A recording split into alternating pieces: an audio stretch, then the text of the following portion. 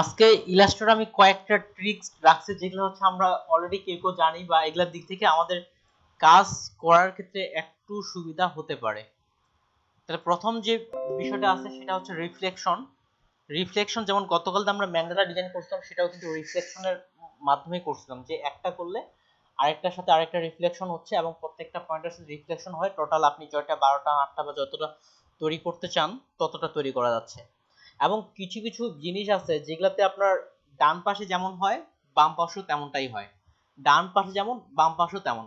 উদাহরণস্বরূপ আমরা মানুষের কথাই বলতে পারি, যেমন ডানে বা বামে, তো ডান হাতটা যেমন বাম হাতটাও তেমন, ঠিক একই ভাবে এরকম জাতীয় যে বিষয়গুলো আছে সেই বিষয়গুলোর ক্ষেত্রে আপনারা এই ডিজাইনগুলো ফ্লো করতে পারেন। যেমন বিভিন্ন ধরনের লোগো আছে একই রকম, ডান পাশে যেরকম বাম পাশেও সেরকম। লোগো লিখে যদি সার্চ করি, এমন লোগোর দিক থেকে আমি দেখি,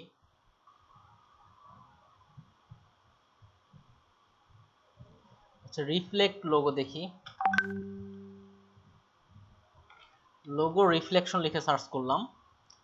আচ্ছা, এটা ছায়া আসতেছে।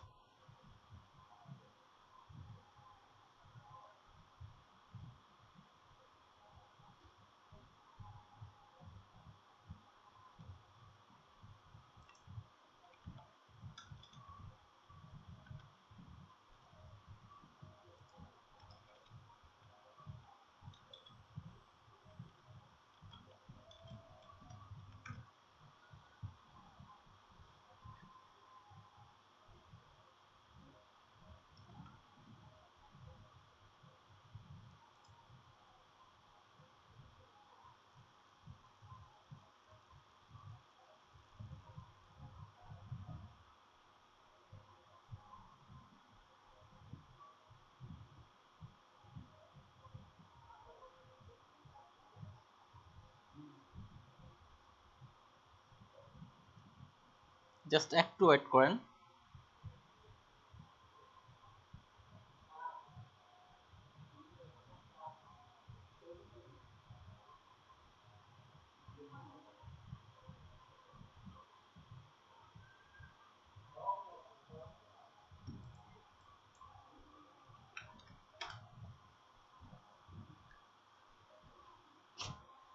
যেমন এই লোগোটা উদাহরণস্বরূপ হতে পারে, এই লোগোটার মিডিল বরাবর দেখেন, এক পাশে যেরকম ডান পাশে যেমন বাম পাশেও তেমন।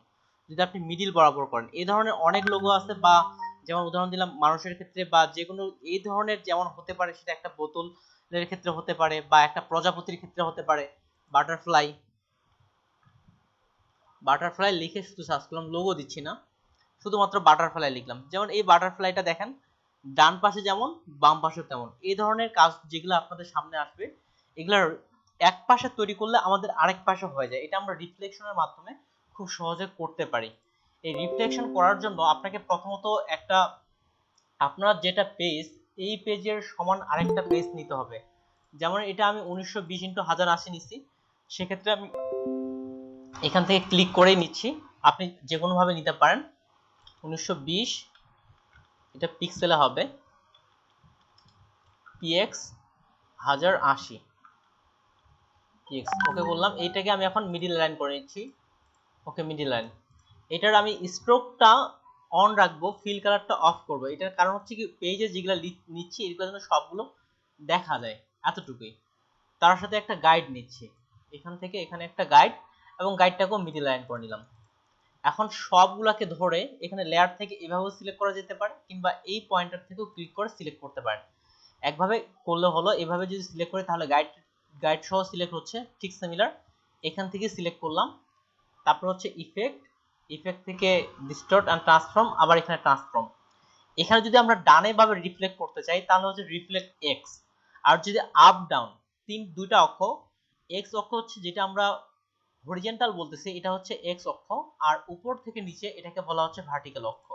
আপনি যখন যে অক্ষে কাজটা করতে যাচ্ছেন তখন সে অক্ষে এখানে মার্ক করবেন। যেহেতু আমরা এক্স অক্ষে করতে যাচ্ছি, এক্স এ দিলাম, আর কপি কয়টা করতে যাচ্ছি, একটা শুধুমাত্র কপি হবে। এটা ওকে করলাম। এখন আপনি যাই আঁকেন না কেন, ব্রাশ দিয়ে বা এদিক থেকে যাই তৈরি করেন, আসলাম এপাশে যেটা একটা আর্ট করতেছি, এপাশেও সেটা তৈরি হয়ে যাচ্ছে। এই যে এপাশে যেটা, এটা এপাশেও তৈরি হচ্ছে। ঠিক সিমিলার আমি যদি এখান থেকে একটা শেপ তৈরি করি, এপাশেও শেপ তৈরি হচ্ছে। এই ক্ষেত্রে সুবিধার বিষয়টা কি, যেমন আমি প্যান টুল থেকে এখান থেকে এই পয়েন্টারে ক্লিক করে একটা নিলাম, তারপরে এখান থেকে একটা পয়েন্টার নিচ্ছি এবং এখান থেকে একটা পয়েন্টার নিয়ে নিলাম, তাহলে এখন একটা লাভ শেপ বা এটা আপনার কিন্তু অটোমেটিক্যালি তৈরি হয়ে গেল, যেটা দুই পাশে একই রকম। এটা হতে পারে। তারপরে যে আপনার জগ মগ এই জাতীয় ডিজাইনগুলো এক কথায় যেটা রিফ্লেক্ট হয় ওটাই আপনারা করতে পারেন। তারপরে যেমন হতে পারে প্যান টুল থেকে আমি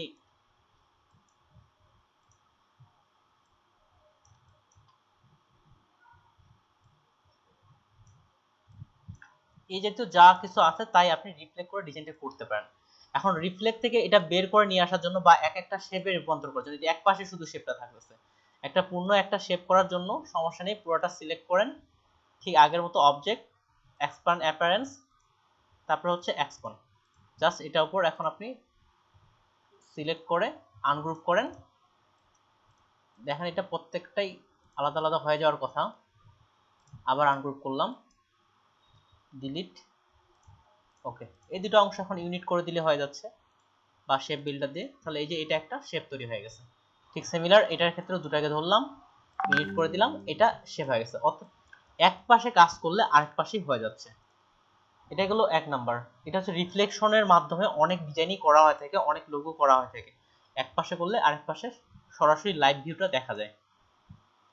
আর কারো বুঝতে অসুবিধা হলে সাথে সাথে আমাকে প্রশ্ন করবেন।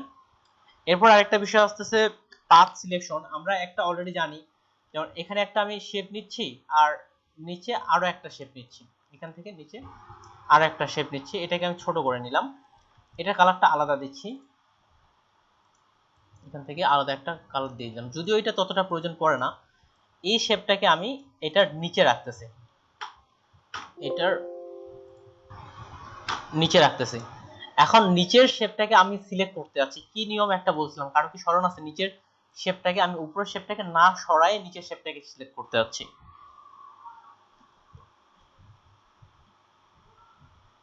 এখানে একটা জিনিস কন্ট্রোল ক্লিক করে আবার ক্লিক করতে হবে, তারপরে এখান থেকে গাইড থেকে আমরা এইভাবে সরাই। কিন্তু নিচের শেপটাকে সিলেক্ট করার জন্য প্রথমে যেটা বলছিলাম, কন্ট্রোল ক্লিক করে এটাকে একটা কন্ট্রোল ক্লিক করে ক্লিক, তারপরে আবার ক্লিক, তাহলে নিচের শেপটা আমরা এইভাবে সরাইতে পারি।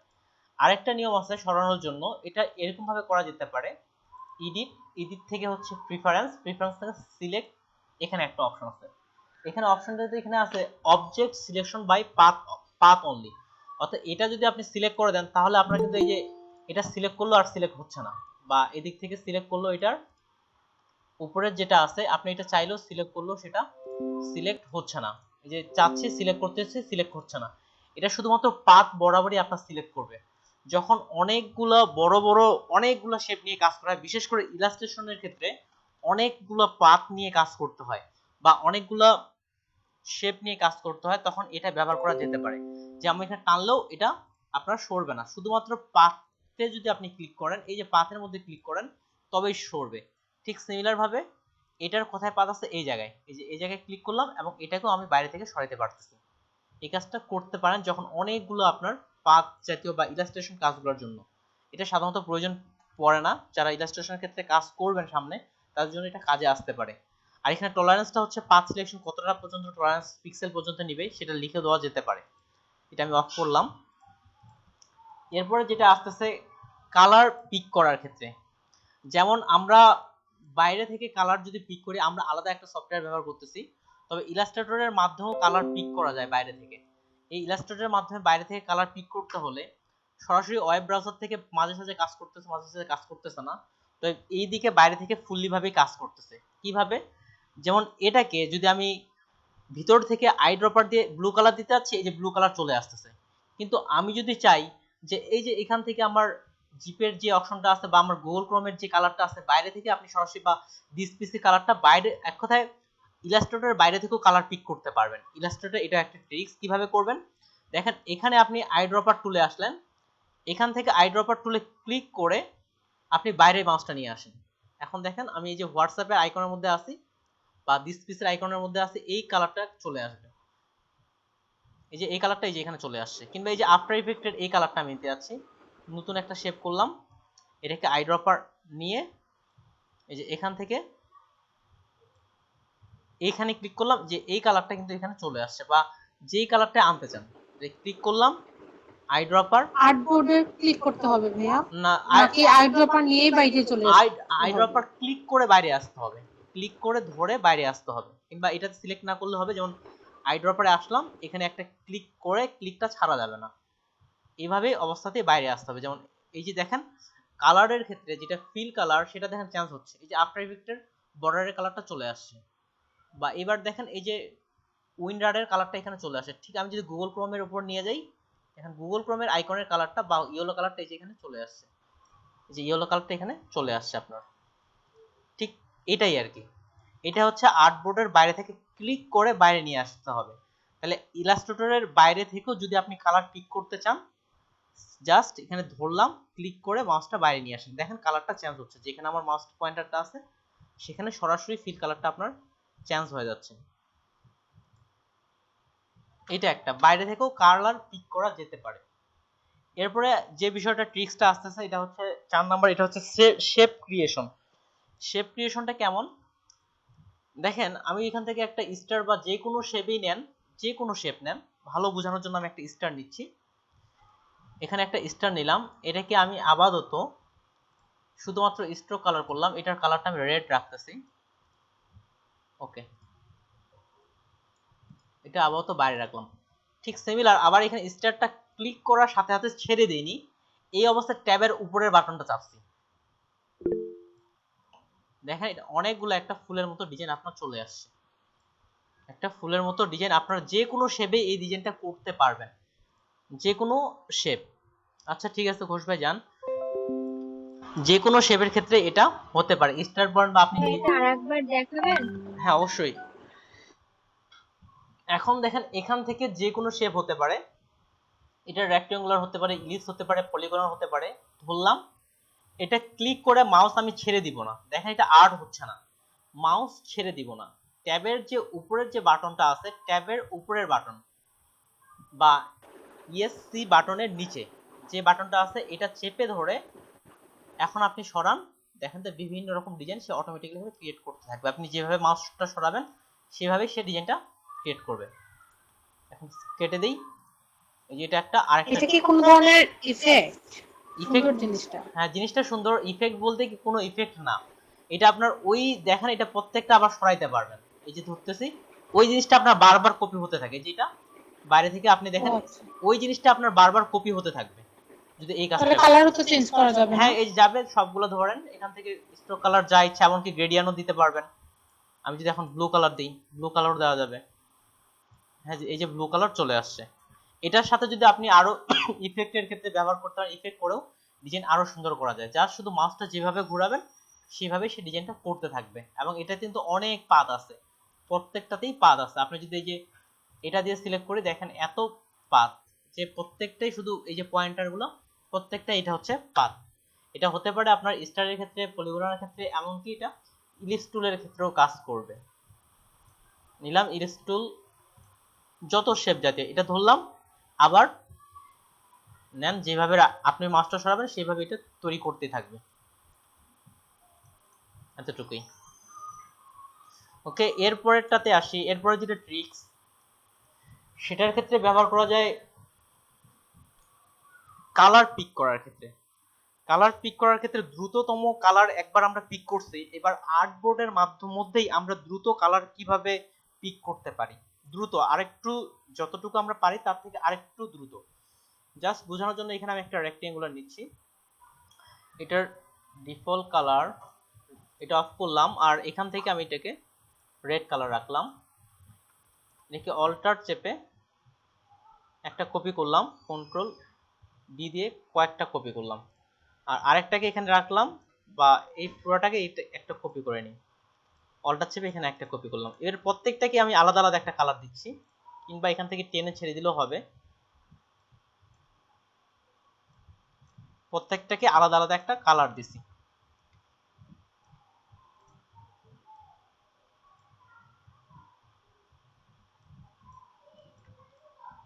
এখন দেখেন এখানেও কিন্তু প্রত্যেকটা শেপ আছে। আমরা সাধারণত কিভাবে কালার পিক করতাম, এই যে এটাকে ক্লিক করলাম, আইড্রপার টুল নিলাম, তারপর এটাকে কালার পিক করলাম। আমরা এভাবে করি, এটাও দ্রুত হয়। আরো একভাবে করতে পারেন, দেখেন আইড্রপার টুলে এখানে ক্লিক করে অল্টার চেপে এটার উপর ছেড়ে দেন। আরেকটু করি, আইড্রপার টুলে আমি যে কালারটা নিব, আইড্রপার টুলে আসলাম বা এই কালারটা নিয়ে যাচ্ছি, অল্টার চেপে ক্লিক করলাম, ক্লিক করে এটার উপর, আচ্ছা কাজটা আমারই একটু অসুবিধা হচ্ছে, আমি একটু জাস্ট দেখে নিই তারপর বলতেছি।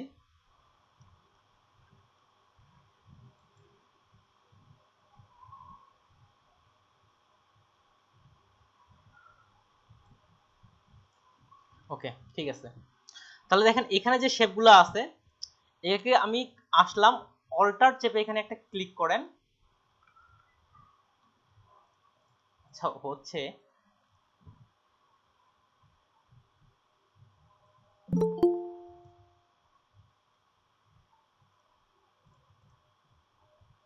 এই বিষয়টা তুলনামূলক কম ব্যবহার করছি তো।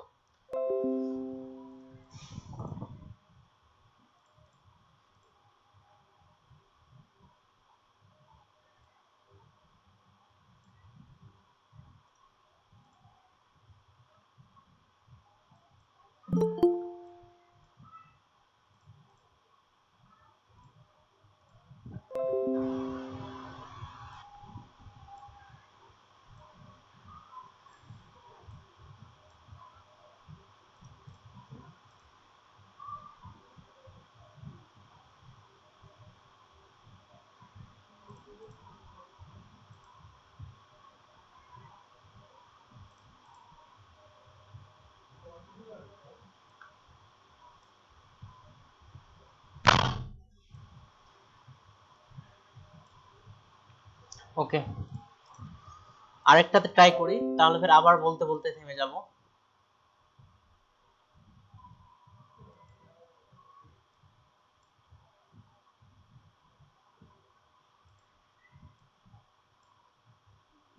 ওকে ঠিক আছে, এবার কাজটা হচ্ছে। তাহলে আমি আবার ব্যাক যাচ্ছি। এভাবে যে কোনো ডিজাইনের ক্ষেত্রে আমি যেমন এখানে এটাকে রেড কালার করে ফেলি, এটাকে রেড কালার করে ফেললাম। দেখেন এখান থেকে যে কালারগুলো আছে আমরা সাধারণত এভাবে পিক করি, তারপরে ক্লিক করলাম, এভাবে কালারটা পিক করতেছে। আরেকভাবে পিক করা যায়, এটা জাস্ট আপনি আইড্রপার ক্লিকে ক্লিক করলেন, তারপরে অল্টার চেপে ধরে যে শেপের উপর টেনে ছেড়ে দিবেন ওই কালারটাই চলে আসবে এই শেপের মধ্যে। এটা আরেকটু দ্রুততার সাথে করা যায়, এটা আমার ব্যবহার করে ততটা অভ্যাস নেই, যার কারণে একটু প্রবলেমটা হচ্ছে, চাইলে এইভাবেও করা যেতে পারে। তাহলে আরেকবার দেখেন, আমারই প্রবলেম হচ্ছিল। তাহলে যেই কালারটা নিতে আছে, এটাকে নিতে আছে, আইড্রপার টুলে ক্লিক করে অল্টার চেপে ধরে টেনে ওটার ওই শেপের উপর ছেড়ে দিলেই আপনার কালারটা এই যে চলে আসতেছে। ঠিক সিমিলার, আমি যদি ব্লু কালারটা নিতে চাই, ক্লিক করলাম, অল্টার চেপে ধরে এই শেপের উপর টেনে ছেড়ে দিলাম, এই শেপের মধ্যে এই কালারটা চলে আসতেছে। এইভাবেও কালারগুলো আপনারা পিক করতে পারেন। এবার আরেকটা জিনিস হচ্ছে রিভার্ট। এটা হচ্ছে রিভার্ট, এখান থেকে দেখেন একটা অপশন আছে যে রিভার্ট। এই রিভার্ট অপশনের শর্টকাট হচ্ছে F12। এই রিভার্ট অপশনটা আমরা কিভাবে ব্যবহার করতে পারি, আমি এই ফাইলটা সেভ করতেছি। রিভার্ট আপনার শুধুমাত্র সেভ ফাইলের মধ্যেই কাজ করে। এটা ডেস্কটপে আমি সেভ করলাম, একটা ভার্সনে সেভ করলাম। সেভ করার পর দেখুন এটা এই পাশে সরাই ফেলছি, এটা ইচ্ছা মতো আমি সরাই ফেলছি, বা দেখলাম, বা আপনি অন্য যে কোনো কাজ করতেছেন, কাজ করার সময় এটা আপনি এখন সরাই ফেলছেন। এখন এই অবস্থায় আপনি একেবারে শুরুর দিকে লাস্ট সেভ, সর্বশেষে যে সেভটা দিচ্ছেন কন্ট্রোল এস দিয়ে বা যেভাবে সেভ করেন, সর্বশেষে যে সেভ করছিলেন ওই সেভে ফিরে আসা যায় রিভার্টের মাধ্যমে একবারে। শর্টকাট হচ্ছে আপনার F12 চাপলেই আপনার একবারে ফিরে আসবে। কিন্তু এখানে একটা আপনাকে ওয়ার্নিং দিচ্ছে, যদি আপনি একবার রিভার্ট করেন তাহলে কন্ট্রোল জেড চেপে আর ব্যাক যেতে পারবেন না।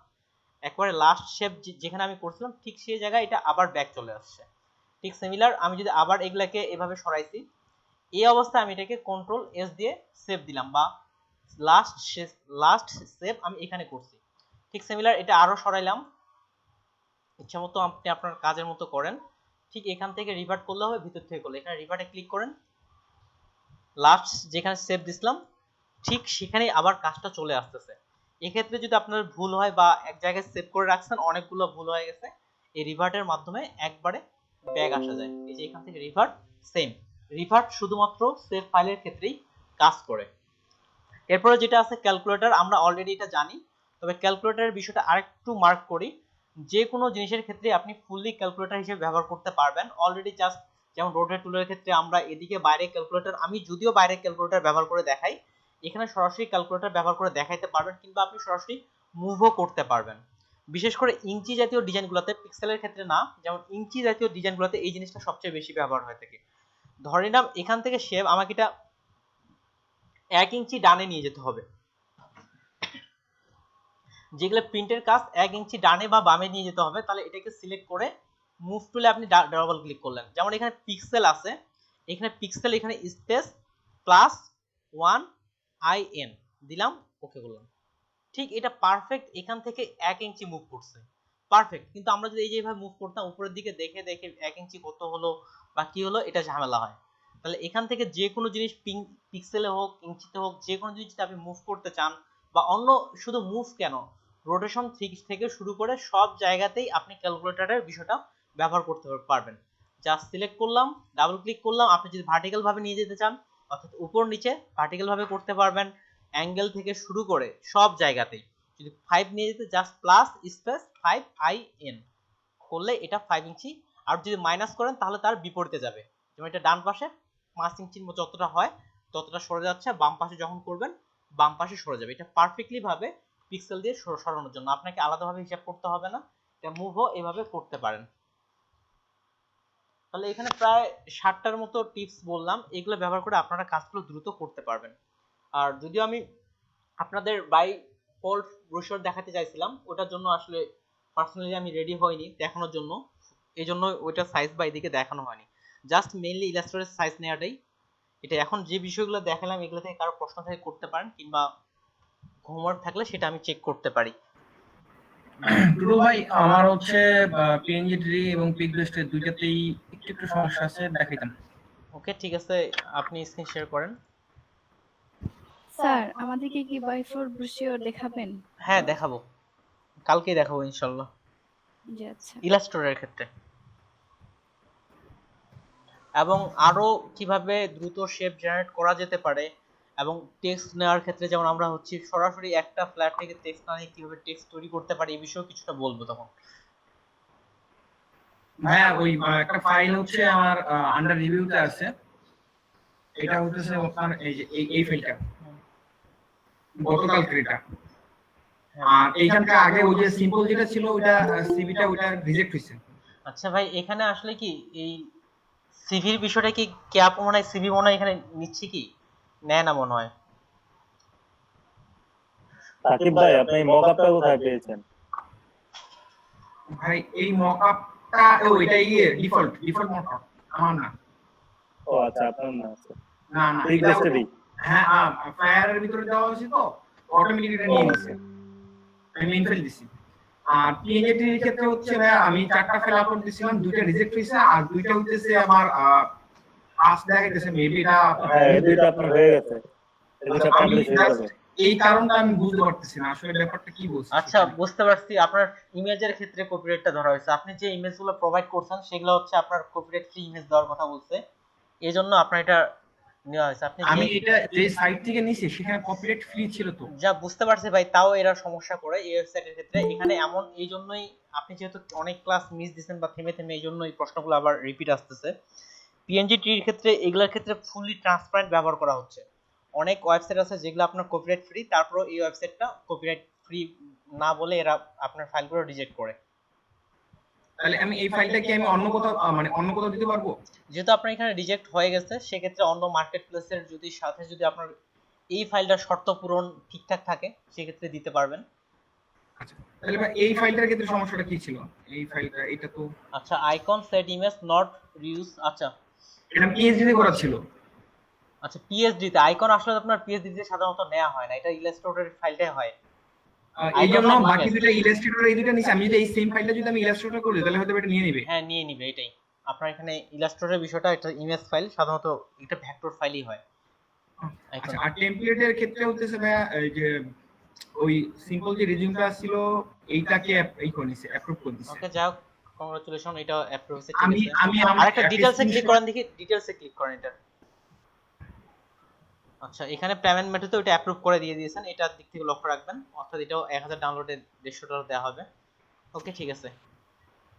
আচ্ছা কি নাম বলবো ভাই, এই যে আমি আমার স্ক্রিনশটটা আমি দিয়ে দিছি আপনার এই করছি ইসে দেওয়া আছে, হোয়াটসঅ্যাপে দেওয়া আছে আচ্ছা এইটা পিএনজিটা।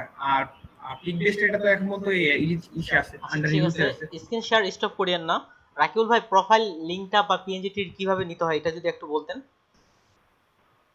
ভাই পিএনজি ট্রিটা হচ্ছে পিএনজি ট্রিতে ক্লিক করলে এই লোগোটা আইকনে ক্লিক করলে তার প্রোফাইলে চলে যাবে, ওখান থেকেই নিতে পারবে। ভাই ক্লিক করেন দেখি। এই তো এরপর মাই প্রোফাইলে যান, নিচে আপনার প্রোফাইল আছে দেখেন। এটা হ্যাঁ মাই প্রোফাইলে ক্লিক করেন, উপরে কি আসে দেখেন তো লিংকটা কি।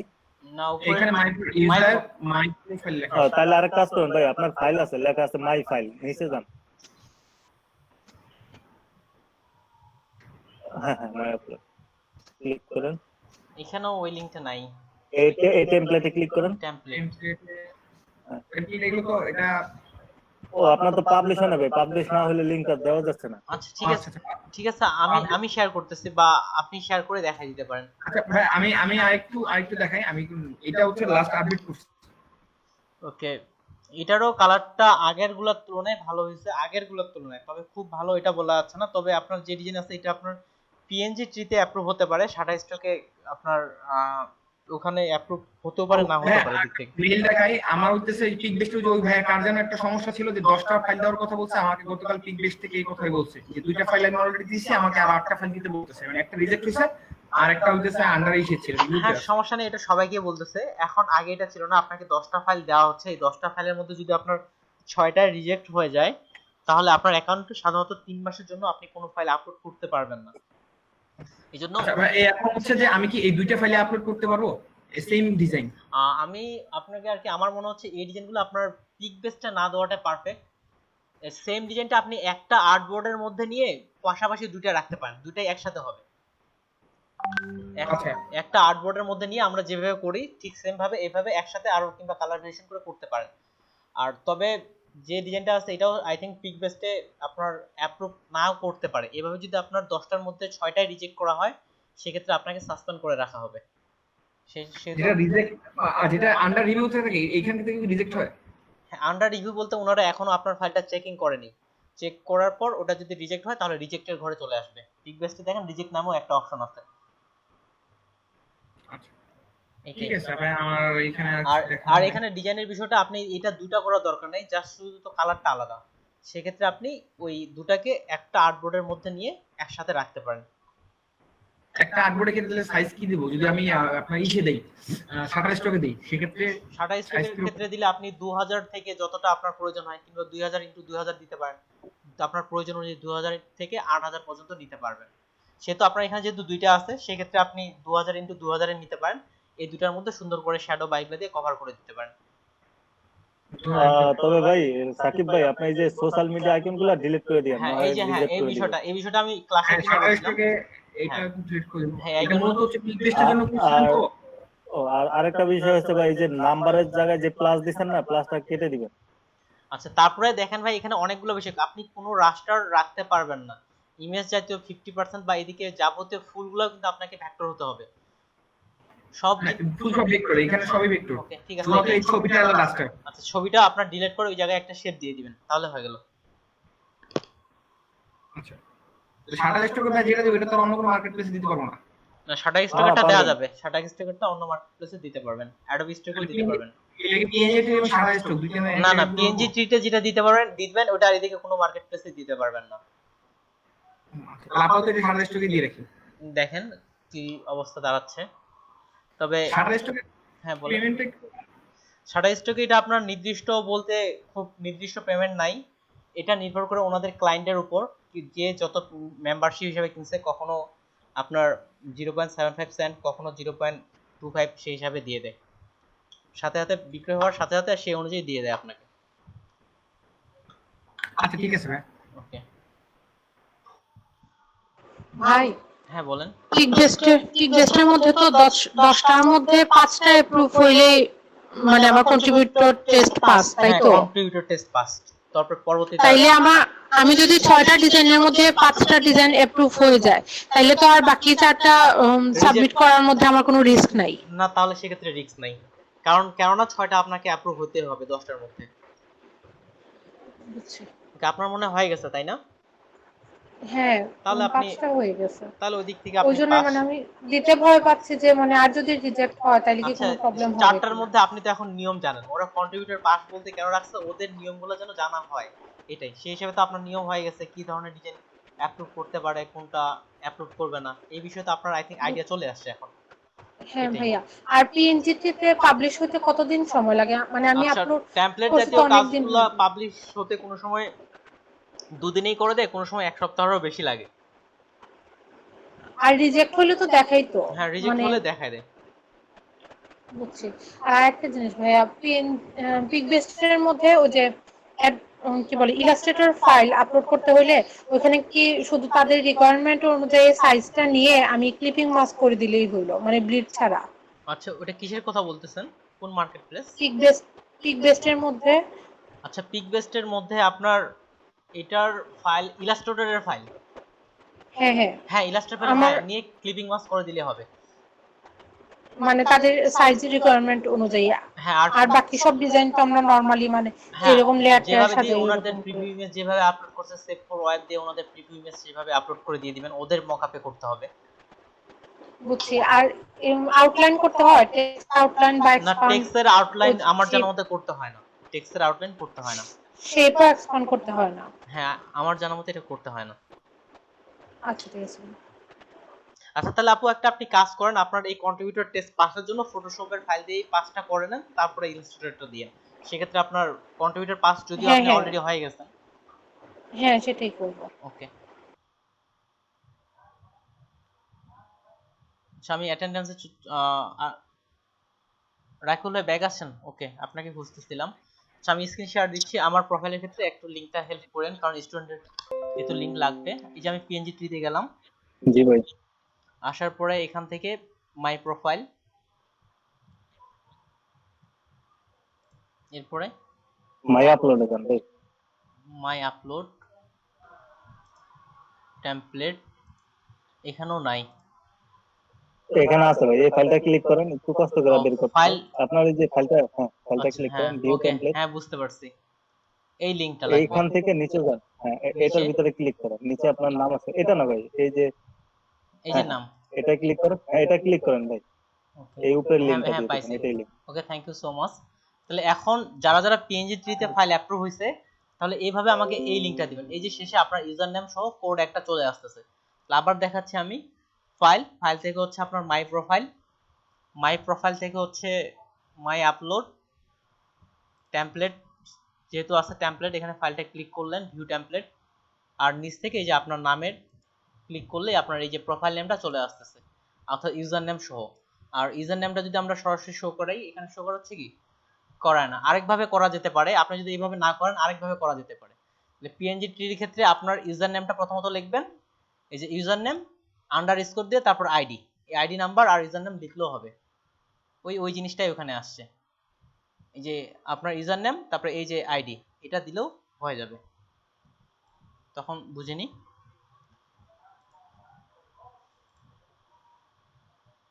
আচ্ছা টুটুল ভাই,